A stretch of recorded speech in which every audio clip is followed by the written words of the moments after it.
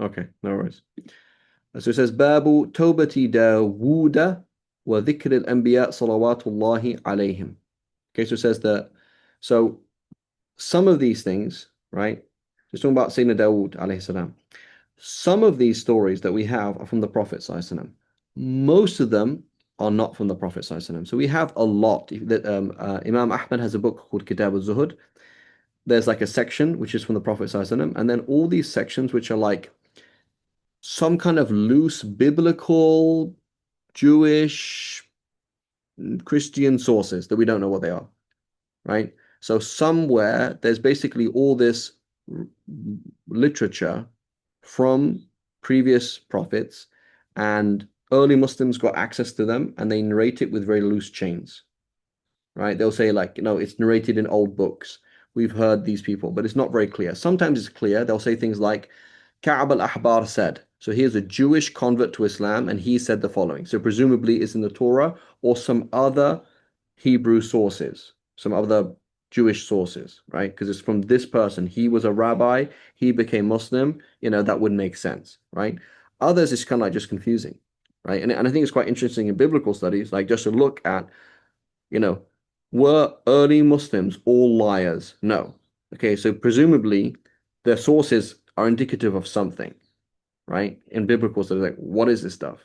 Because they're quoting all these things. So anyway, he says, أخبرنا Ibn Lahi'a, with his chain transmission, he says, Wahb al-Dhimari said that Fudala ibn Abid said that.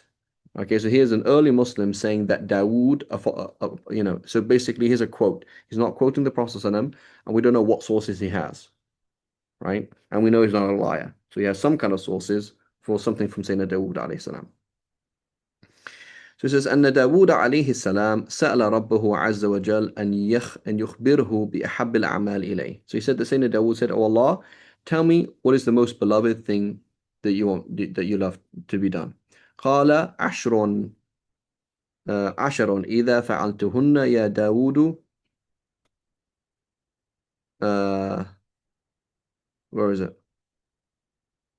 So it says 10 if you do them, O Dawood, I guess. So it says, لا تذكرن أحدا من خلقي إلا بخير. Only say good things about people. Number one.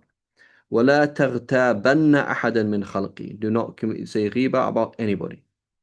ولا تحسدن أحدا من خلقي. And don't have envy towards anybody of my creation.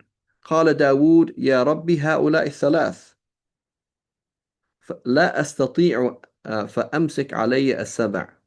So Allah subhanahu wa ta'ala was listing 10 things for him. So he said, number one, only say good things about other people. Number two, don't say bad things about other people. Number three, don't have envy towards other people. So Dawood alayhi salam said, Oh Lord, these three that you've listed already, I can't do them. So please don't tell me the rest. Don't tell me the rest of the seven. Right? ولكن يا ربي أخبرني بأحبائك من خلقك أحبهم لك أحبهم لك. So he said, but okay, Allah, don't tell me anymore because I won't be able to do that. I can't even do the first three. So he said, but oh Allah, tell me about those whom you love of your creation so that I may love them for your sake. قال ذو سلطان يرحم الناس ويحكم للناس كما يحكم لنفسه ورجل آتاه الله مالا فهو ينفق منه ابتغاء وجه الله في طاعة الله عز وجل ورجل يفنى شبابه وقوته في طاعة الله عز وجل ورجل كان قلبه معلق في المساجد من حبه إياها ورجل لقي امرأة حسناء فأمكنته من نفسها فتركها من خشية الله ورجل حيث كان يعلم أن الله تعالى معه نعم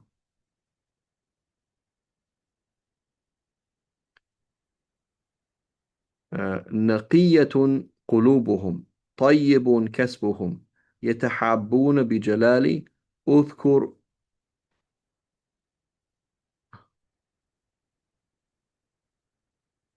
أذكر أذكر بهم ويذكرون بذكري ورجل فاضت عيناه من خشية الله عز وجل. Okay, so he says, who are these people that you love? So he said, Dhul Sultan yarhamun nas, somebody who has authority, a ruler or something like that, who is nice to people. يحكم للناس كما يحكم لنفسه. He judges for people as he judges for himself. Right? ورجل آتاه الله مالا فهو ينفق منه ابتغاء وجه الله في طاعة الله عز وجل. And somebody who Allah has given money to and he uses it in good. Right? He uses to seek Allah's pleasure and in that which is good. So key concept, there is nothing wrong with having tons and tons of money. Nothing wrong at all. Right? You could sell your car for 10,000, you could sell it for 15. Then sell it for 15. There's no merit in selling it for 10 when you can sell it for 15. Yeah, but that's like dunya. Hubb dunya is different. Hubb dunya is loving the money. If you don't love the money, then sell it for 15. Right? If the market value is 15, then say, oh, I should sell it for less. Why? Right? Make money, spend money on something good. There's nothing wrong with that. So what's wrong is loving money for itself and spending it in the wrong. But if you don't care about the money, like I don't care about the money at all, I'm not interested in money, but I want to make tons of money and do lots of really useful things. Great. Why not? Build 20 orphanages, build a school, give people, you're a doctor, right? And you do a surgery and you get $500 for your surgery or $1,000 for your surgery in that 40 minutes. Fantastic. There's nothing wrong with that. And I'm going to go now I have free surgery somewhere else, right? Rob from the rich, in a halal way, take from the rich and give to the poor. What's wrong with that? There's nothing wrong with that. I have to have a bad car. Otherwise, I'm a dunya person. No, have a car that works. Right? Have a car that works. Like your last car was a waste of time. Your second car was a waste of time. Next time, get a more expensive car that works. You don't waste time, right? That's not hubb dunya. That's like being practical, right? Oh, I need money to buy this car because where I lived in. Okay, fine, right? So, there's nothing wrong with money as long as you use it, as long as you don't care about it. It's not in your heart, and as long as you're using it for something good. وَرَجُلٌ يُفْنِي شَبَابَهُ وَقُوَّتَهُ فِي طَاعَةِ اللَّهِ. So somebody who expends their youth and energy in the worship of Allah subhanahu wa ta'ala. And a man, his heart is tied to the masajid because he loves the masajid. And a man who met a woman who is very beautiful, and she was allowed herself to be slept with, but he did not sleep with her for fear of Allah. Right? What does that apply to every single one of us? The internet. So here's an advert that is a woman who is attractive. They wouldn't put her there if she wasn't attractive. وَأَمْكَنَتْهُ مِنْ نَفْسِهَا. She's allowing herself to be looked at. Right? فَتَرَكَهَا. You looked away, or you put on an image block or whatever it is. مِنْ خَشْيَةِ اللَّهِ. Right? So it's the same scenario. Right? Allah subhanahu wa ta'ala, or a man for a woman, same kind of story, right? So Allah subhanahu wa ta'ala puts these things in our life so that you earn Allah's love, right? He's created masajid so that you go to masajid. He's created youth and difficulty and things for these reasons. Okay, وَرَجُلٌ حَيْثُ كَانَ يَعْلَمُ أَنَّ اللَّهَ مَعَهُ. And a man, wherever he was, he knew that Allah was with him, right? And then it says full stop. نَقِيَّةً قُلُوبُهُمْ. Their hearts are clean. So what's more important? Right? That you live a very zuhdi life where you live in a very tiny place with no car, no electricity, and no this. Or is it that your heart is you have nothing in your heart towards other people? Right? So many religious people are not religious.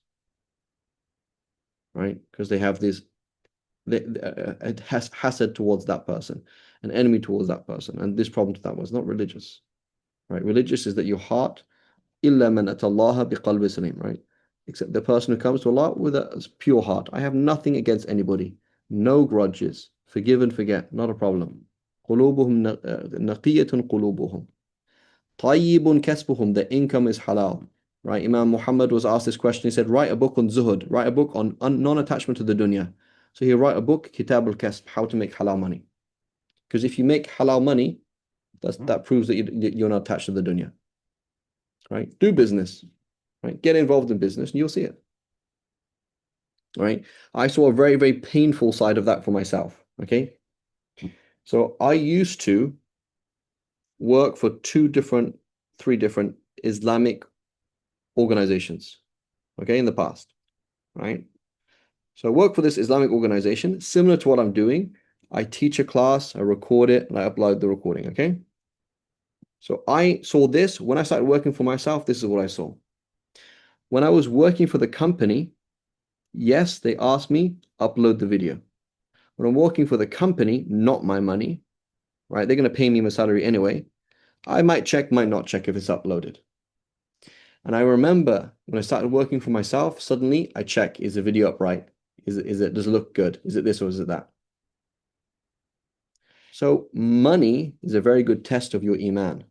So you say, Farid, with all due respect to your sheikhdom, if you fear Allah and you do things for the sake of Allah, why are you more careful about uploading videos for your own self, for your own business, than you are for their business? You know what I'm saying? So when you play with money and you suddenly realize, oh, you took a shortcut here, and you did this, now you realize where your zuhud is. Don't tell me about zuhud when it comes to, I don't care about the dunya. I wear any kind of clothes. I don't care about the dunya. I don't care about people who notice me or not.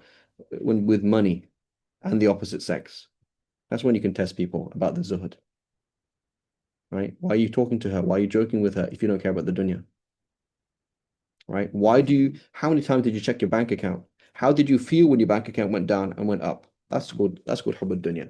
And that's things one I noticed as soon as I arrived in California. Do you know what I'm doing at the Tahajjud time? What am I doing at the Tahajjud time in California?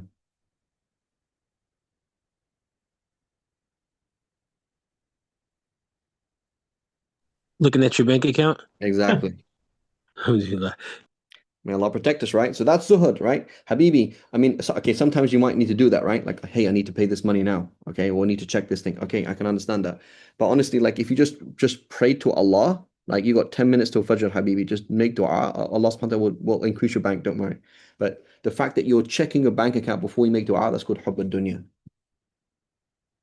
You see, right? And that's Santiago's point, right? He's like, hey, you need to get in a better situation. You know what I'm saying? And to get myself in a better situation because, hey, when you're there, it does affect you, right? When you're in the grind, it does affect you. Like you're around people in the rat race, you become a rat in the rat race, right? A sahib, right? My brother told me that. He said, Farid, when you leave Jordan, just have a look at how you live life. It's tough. One situation where I have religious people around you, and then suddenly it's not the same, right? May Allah protect us, right? So money and the opposite sex. Now tell me about zuhud. Don't tell me about, oh, you care about coffee, you don't care about coffee. I don't really care if you care about your coffee or not. He likes to wear nice shoes. It doesn't. He spent $150 on his shoes. I let him. But I want to see how he interacts with the opposite sex and how he deals with money. Even if he's wealthy, does he cut corners or not? If he cuts corners, it's hubb dunya, right? So tayyibun kasbuhum, the income is halal. He could be a millionaire. That's fine. But is it halal? That's good. But you can see this person is not even a millionaire, but he's cutting corners, right? And you will see this as well, right? Here's another example. This person knows about every single cheese company that is halal and every single cheese company is not halal. But when it comes to financial transactions, he does not care about halal and haram. That is not zuhud. You know what I'm saying? That is not zuhud. That's fake, right? Exactly. Right? So he said, mentions Quran class. People will ask every single question about this and that, but they will not want to purify their income or fix their marriage 100% because they don't actually care about Allah. They care about doing superficial things, right? Or maybe they care about Allah subhanahu wa ta'ala on one level, not other level, right? But you want to, so قلوبهم, so نقي قلوبهم, that's another example, right? This sheikh, he told this story about the importance of a good marriage. So there was a masjid, they're praying dhuhr, right? These people are praying dhuhr, and the imam gives salams after 3 rak'ahs. Okay? You know the story, Yusuf? Uh, Can you repeat that? Okay, I'll tell it. You'll probably remember it. So anyway, there's the story is about the importance of having a good marriage, right? And having no grudges against people. So anyway, so there's this they're praying Dhuhr, and there's like 3 rows or like maybe 200, 300 people in the masjid, and the Imam gives salams after 3 rak'ahs. And one man, just one man, says Subhanallah. Okay, and then the Imam realizes, whoops, I gave salams at 3 rak'ahs, gets back into the prayer, and they finish it. So out of this 200 to 300 people, there was just one man who had enough focus to know that they had only prayed 3 rak'ahs. Okay, so then they all go up to them and say, "Oh my God, like we're so bad, and you're so good. Like every single one of us was like daydreaming, and you're the only person who's focused in prayer. How did you know that the Imam had only done 3 rak'ahs and not 4? How did he know?"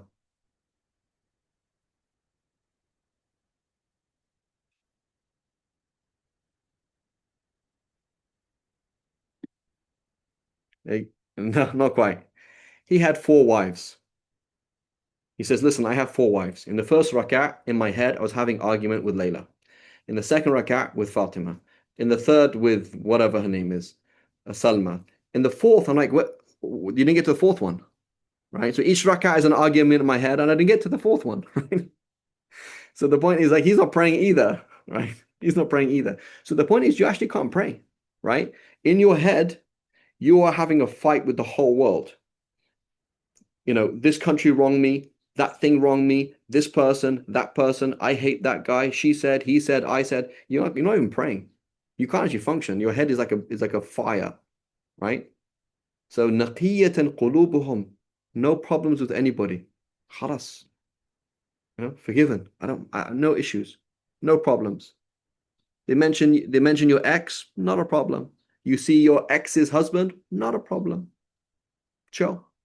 Cool. Help them out,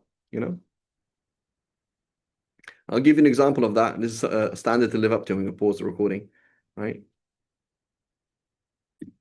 About naqiyat qulubuhum, right? So Allah subhanahu wa ta'ala gives us this vengeance and like anger to use against the shaitan and against the wrong and against our own nafs. But we use it for the wrong thing. So there was this film, I didn't watch it.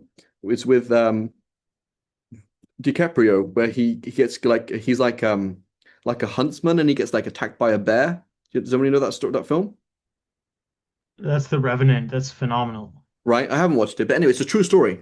Okay, It is based on Hugh Glass, a real person. yeah, but here's the problem. Probably in the film he's a bit more moral, but the problem is, like, this is what happens to you. You got attacked by a bear, mauled by a bear, okay, and then left in the middle of nowhere, and then his whole life is vengeance. You know what I'm saying? Like, is that worth living for? You know what I'm saying? Your whole life is vengeance on the person who left you there. Like, that's very sad, right? There's things that you could do, right? Like, your whole life is looking after, like, Jean Valjean in what's it called? Les Miserables, right? Like, everyone's familiar with the I guess it's a film as well, right? But the book, the Les Miserables, right? The Miserables, whatever it is, right? Like, his whole life is like looking after people, and his whole life is like looking after the emotions of this lady whose mother died, and da da da. It's like self-sacrifice. That's your whole life, as opposed to your whole life is vengeance. One day I will get back on my ex. You know what I'm saying? It's like, why? It's not a problem. Just chill. Just forgive. It's okay. You will not lose anything if you forgive, right? Whereas people, tight-fisted, vengeance, anger. I've got to get back on that person. They said this. They did this. They let me down, right? Or they probably didn't let you down. They were part of you letting yourself down. But you, in your mind, is like their fault, right? Everything's all about that. So naqiyatan qulubuhum, right? I live in a neighborhood here in Malaysia, and it's like all these people have been here for like 40, 50 years. And they're all like, who's wealthier and who has the bigger house and who has the more influence in the community. It's like, why? And you go to the masjid and it's the same thing, right? Who's the board member? Who was the former board member? Who gave, who contributed more? who contributed this, who has more, who should have the final decision, all these kind of things. Like, what is going on? This is not naqiyatan qulubuhum. This is not pure hearts, right? So this is the people. Who does Allah love? People who are chill. I don't mind. I don't care. It's okay. You stepped on my toe. You stole my rights. You said things about me. It doesn't matter. I've forgiven you, right? You can have that nobility about yourself that you're overlooking things, as opposed to having little pathetic fights, right? It's like, why? There's no point, right? So, whatever the story of that guy who's, vengeance, like, it's pretty amazing what he did. It was like, Habibi, all of that just for vengeance, crawling through this, surviving this and this, all of these things. What was the point? Right? And so many people, it's like pathetic, right? Stalking somebody for 20 years in order to kill them. I was like, why? No. Okay, makes sense, inshallah. وَطَيِّبٌ كَسْبُهُمْ. So I'm not interested in how little food you eat or how often you fast or how small your house is. I'm interested in how halal your income is. And I go and ask you what the people you work with, right? The people you work with, right? Is your income halal, right? Yeah, but not for kids, yeah.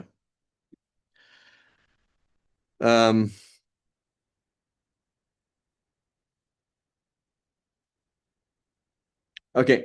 So then he says, يَتَحَابُونَ بِجَلَالِ. They love each other through my augustness. So people who love each other through something else, that's not real. It's not real love. You love each other because of attraction. You love each other because of how cool you are. You love each other because other people think you're cool. All these kind of fake things, as opposed to you love each other because this person brings you close to Allah, right? أذكر بهم ويذكرون بذكري. I don't really know how to translate this, but something like it could be أذكر بهم, something like that. Like I remind others through them. But then it says ويذكرون بذكري, and they remember me because of my remembering them. Go ahead, Yusuf. Yes, it says أذكر بهم. Oh, I am remembered because of them. أذكر بهم. Yeah, there we go. أذكر بهم. That's possible, right? People, like, I am remembered. People do dhikr of Allah because of them. They are a cause for my dhikr. وَيَذْكُرُونَ بِذِكْرِ, and they, it could be يُذْكَرُونَ بِذِكْرِ, they are remembered because of me, or يَذْكُرُونَ بِذِكْرِ, or they make dhikr of me because of my dhikr of them, which is probably more likely. Right? So basically, I give to them, and they are my means to giving to some other people. Right? So this is the idea of the qutub. Right? The qutub is not a superhero. The qutub is somebody who Allah subhanahu wa ta'ala puts on earth, and because of them, other people are guided. And the default is they're unknown and unnoticed, but they are this cause of barakah. Right?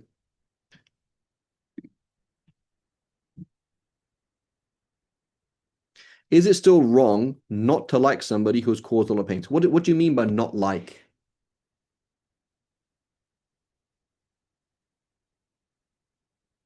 So, for example, Yusuf, please don't be offended, okay? I like Moroccan food. I don't like Yemeni food.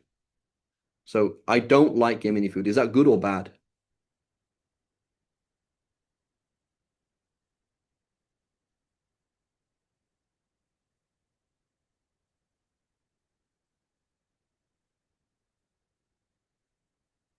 Wait, are you?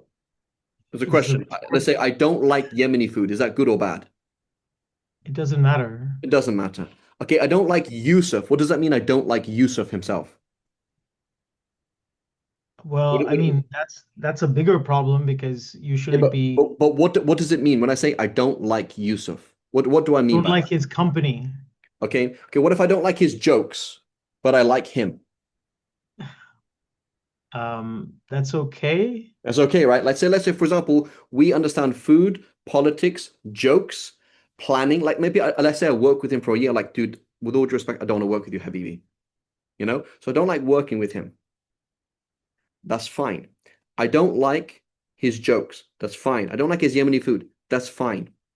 I don't like his way of organizing things. That's fine. But as long as I like him, meaning I want good for him. I want good for him. So as long as you want good for them, it's fine. Right? Again, two divorcees. May Allah give her the best husband and the best life in the dunya and akhirah, but mashan Allah khalisni minha. Right? For God's sake, I don't want to see him again in my life. Right? That's fine, right? Like, I just can't live with that person. Right? That can happen, right? These two people, like, it's just like not going to work ever. Okay? But you really want good for them. Like, may Allah give her the highest level of Jannah and make her the happiest woman in the dunya and akhirah. That's called, right? You have goodwill. So as long as you have goodwill and genuine goodwill and you make dua for that person, Ya Allah, guide him and increase them, make them better than me in my deen, in the dunya, and this, and you make specific du'as. May Allah make them have more tawfiq in their kids and more tawfiq in their religious learning and their religious life and their dunya and in their job and in this and in this and in this, and you're genuinely happy. If you saw that, for example, she looks nicer than you, like he looks nicer than you do, he's happier than you are, you're genuinely happy. That's all. You don't have to like people specifically. Like, I don't like their jokes, not funny. Does that make sense, Abdullah? So you don't have to mingle with the whole world.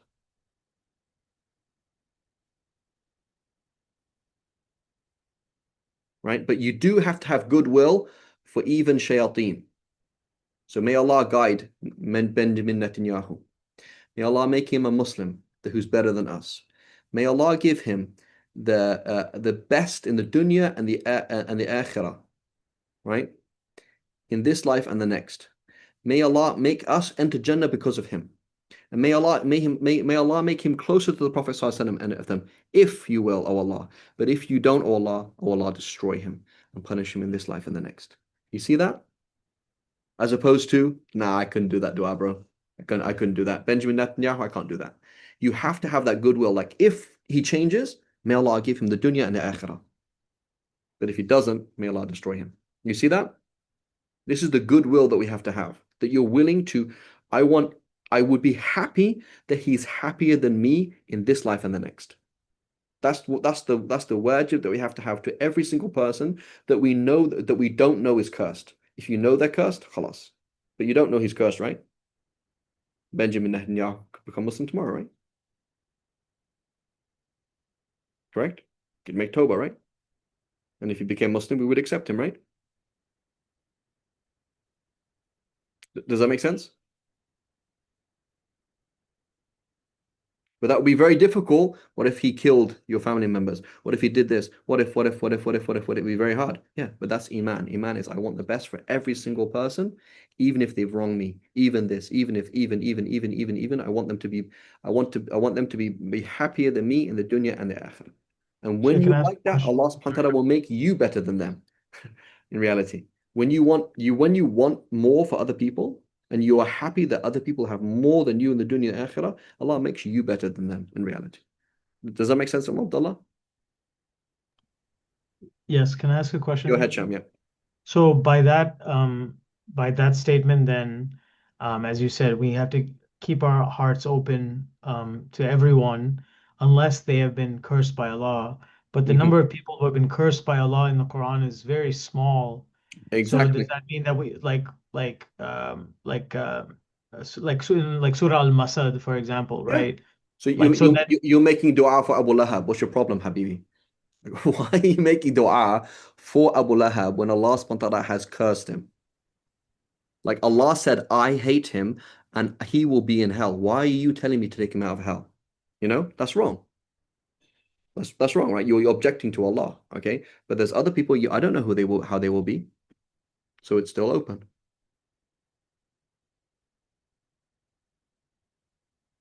Does that make sense, Sham? Yes, thank you. Right. Okay. So exactly, Allah is testing your generosity of your heart by having somebody wrong you. Will you forgive them or not? This is the test. Is it easy? It's not easy. It is not easy. Hasad, right? There are certain people, I mentioned this name to you and you have this thing towards them. Because they have this particular thing that you want. And they have that and more. And it's like, So whenever you hear their name, you have this feeling. What do? You make dua for them. Say, oh Allah, give them this. and give them the particular things that you have hasad towards them, give that to them. May Allah give them this and this and this and this and this and this. Make sense? Okay, and then it says, وَرَجُلٌ فَاضَتْ عَيْنَاهُ مِنْ خَشْيَةِ اللَّهِ عَزَّ وَجَلَّ, and a man whose eyes flowed, i.e. his tears flowed, out of dread and fear of Allah subhanahu wa ta'ala. Right? Now, what is interesting about this hadith? Okay, what is interesting about this hadith? It said, righteous ruler. It said, a man who spends his money for the sake of Allah. Somebody who spent their youth in worship of Allah, somebody who loves the masajid, a man who refrained from committing zina, and then at the end it mentions a person whose eyes flowed out of fear of Allah. What's interesting about this hadith? Who else has heard that same list somewhere else?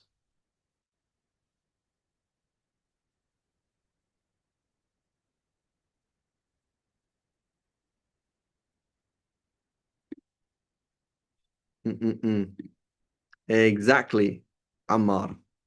The Prophet said there are 7 who will be under Allah's shade on a day there is no shade apart from Allah's shade. Sahih Hadith. Okay? So, this is really interesting. Because if you look at this, okay, there's a number of possibilities here. Okay? There's a number of possibilities. So there's a hadith from the Prophet ﷺ that he says there are 7 that will be under Allah's shade, and he basically mentions those same categories. Right? With a few discrepancies, but basically mentioned those 7 categories. Okay? And then here, there is this quote from Sayyidina Dawood alayhi salam. So there's a number of possibilities here. Number 1, Sayyidina Dawood, this thing actually happened. It's in some apocryphal Bible somewhere that somehow some of the early Muslims got access to, and he shared that with us. And it just happened to be the same. Right? It just happened to be the same. Okay? It's possible. Right? The Prophet ﷺ said it, and it happened with Sayyidina Dawood, and it's just the same categories, right? Why not? What's also possible is that this whole thing is a mistake. That basically what's happened is one of these narrators is weak, and they've mixed things up. And how do you know they mixed things up? Because it's so uncannily similar to another hadith. Does that make sense? Right? It's a bit like stories of the flood, right? Throughout the world, yeah? Throughout the world, there's these people, many civilizations have this whole idea about the flood, right? So it's possible that they are just shared stories from one civilization, a common source, right? And it's possible that these are things that came in revelation to different civilizations, right? So there's different ways it can be. But what happens in hadith is you will often have weak narrators who will kind of like make an error, make another error, and then it suddenly turns into a whole other thing. Does that make sense? So it could be, like, I don't know who these narrators are. I know Ibn Lahi'a is not that amazing, right? Ibn Lahi'a is not that amazing. I don't know about these other people, okay?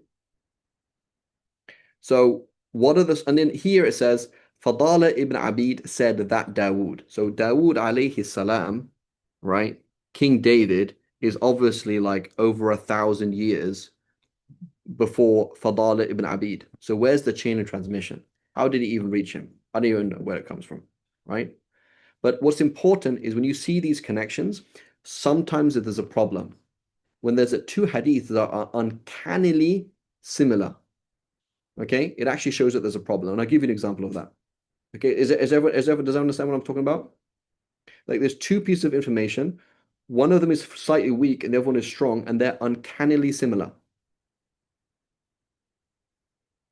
It can be that they have both a higher source, which is correct, or it can be that one is copied over to another incorrectly. Does that make sense?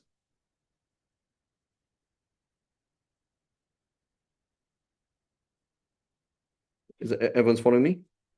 Yes. Thank Yeah. you. So I'll give you an example of that. Okay. So I'll share it right now. 1 second.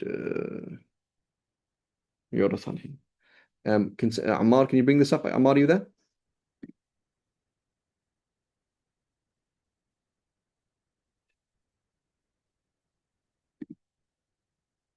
Ammar, are you there? You're on my phone. Okay, maybe someone else can do it. It's easier. Yusuf, could you have a go? Has Yusuf gone? Yusuf's there. Yusuf, can you find me could you just find me a PDF of Riyadh al-Salihin in English? Okay. If you can, please, yeah. So anyway, so I was reading Riyadh al-Salihin, okay?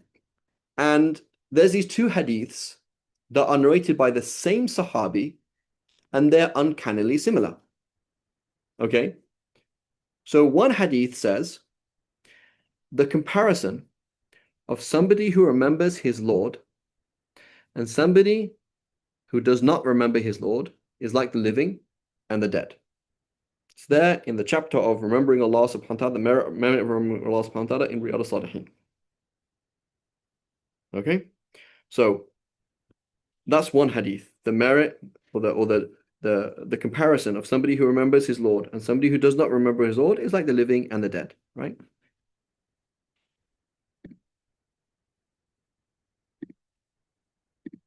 Okay?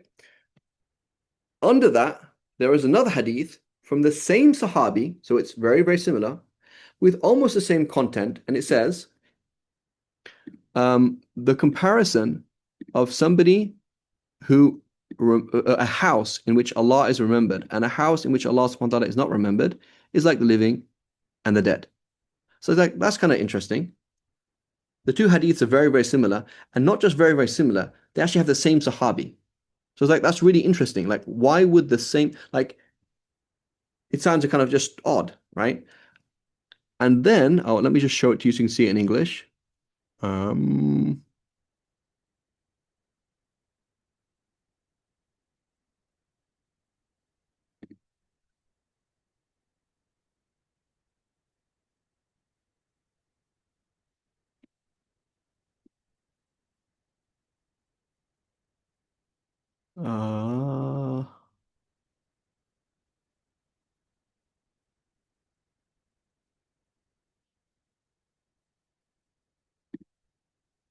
Trying to find it in Riyadh al-Salihin in English so you can see it. Might be at the end.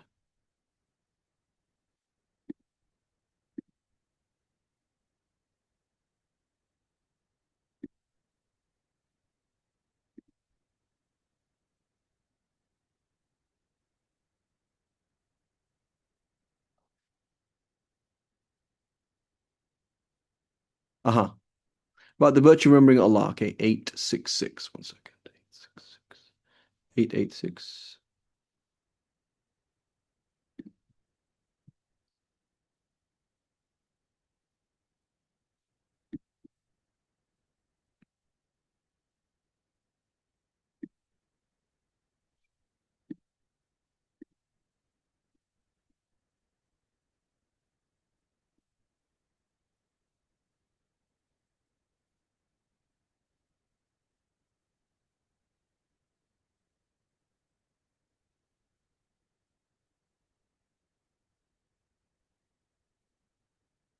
Can't see it here.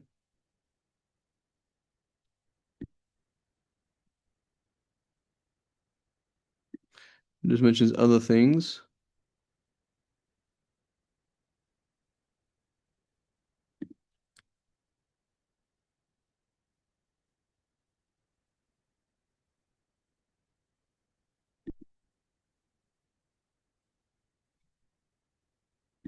Can't see it. I can't see that hadith here. Anyway, it's in Riyadh al-Salihin, it's there. So anyway, there's these two hadiths that are very, very similar. Same Sahabi saying the comparison of somebody who remembers his Lord and somebody who doesn't remember his Lord is like the living and the dead.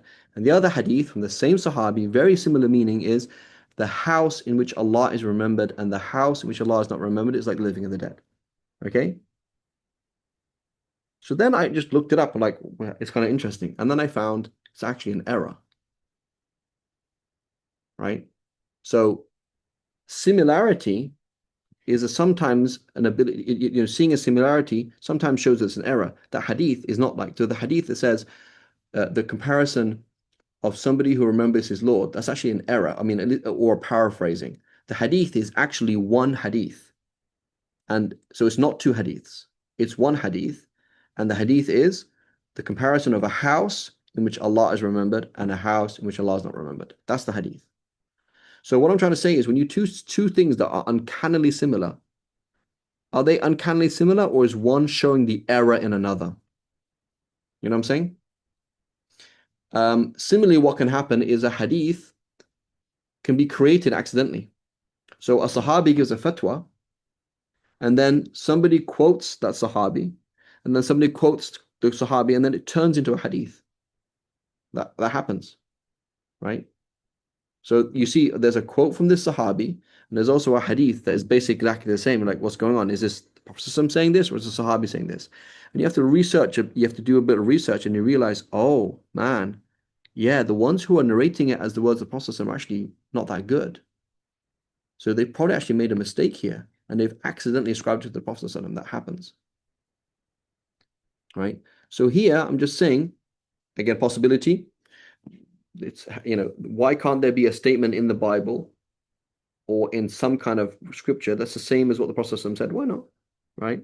We see in the Bible, forgive them, my Father, O Father, they know not what they do. And the Prophet said, it is as if I'm looking at a bygone prophet, wiping the blood off his face, saying, forgive them, my Lord, for they know not what they do. Right?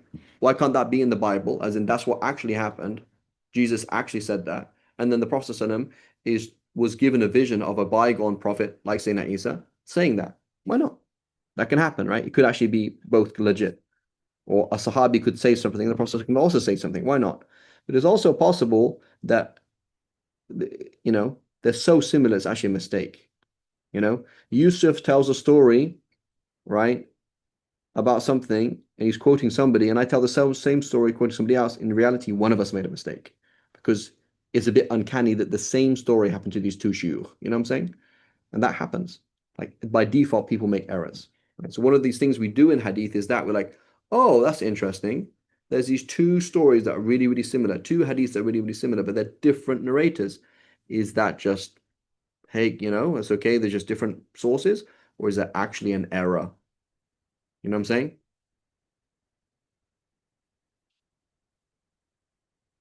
Does that make sense?